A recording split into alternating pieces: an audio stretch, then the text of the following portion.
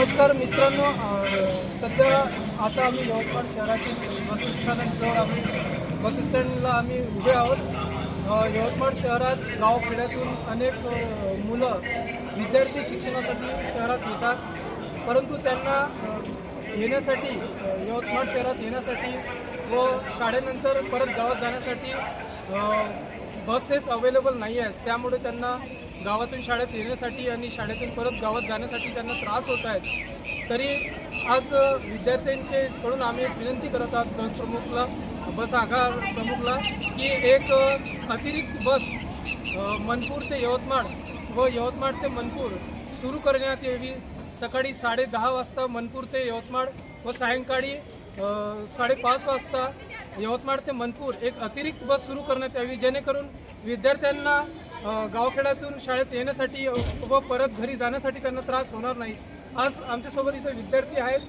आम्ही इथे बस स्थानकावर उभं आहोत. सध्या विद्यार्थी आमच्यासोबत आहेत. तुम्ही बघू शकता विद्यार्थी तुम्हाला बोलणार की काय त्यांना त्रास आहे.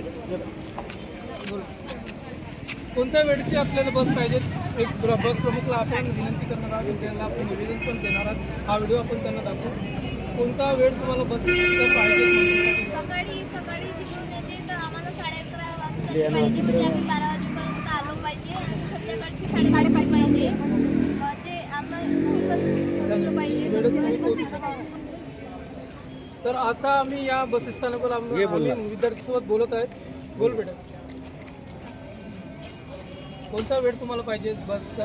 आम्हाला सकाळून 11:30 वाजता इकडून जाताना 5:30ची मनपूर बस. हे जे परिस्थिती आहे रोजचीच आहे का अशी? आणि हो, रोजच्या संध्याकाळी 5:30च्या टायमाला कोणती बस असते? आम्हाला किती गाड्या आहे तुम्हाला जाण्यासाठी? एकच गाडी आहे, वेळेवर दुसरी गाडी नाही आहे. आणि पूर्ण विद्यार्थी किती आहे आपल्या इथे बसमध्ये जाणार आहे? 150 ते 200 आहे. अनेक विद्यार्थी आहेत. बसची कमतरता असल्यामुळे ते वेळेवर शाळेत पोचता त्यांना येत नाही व शाळेची सुट्टी झाल्यावर त्यांना घरी परत पोचायला त्रास होत आहेत.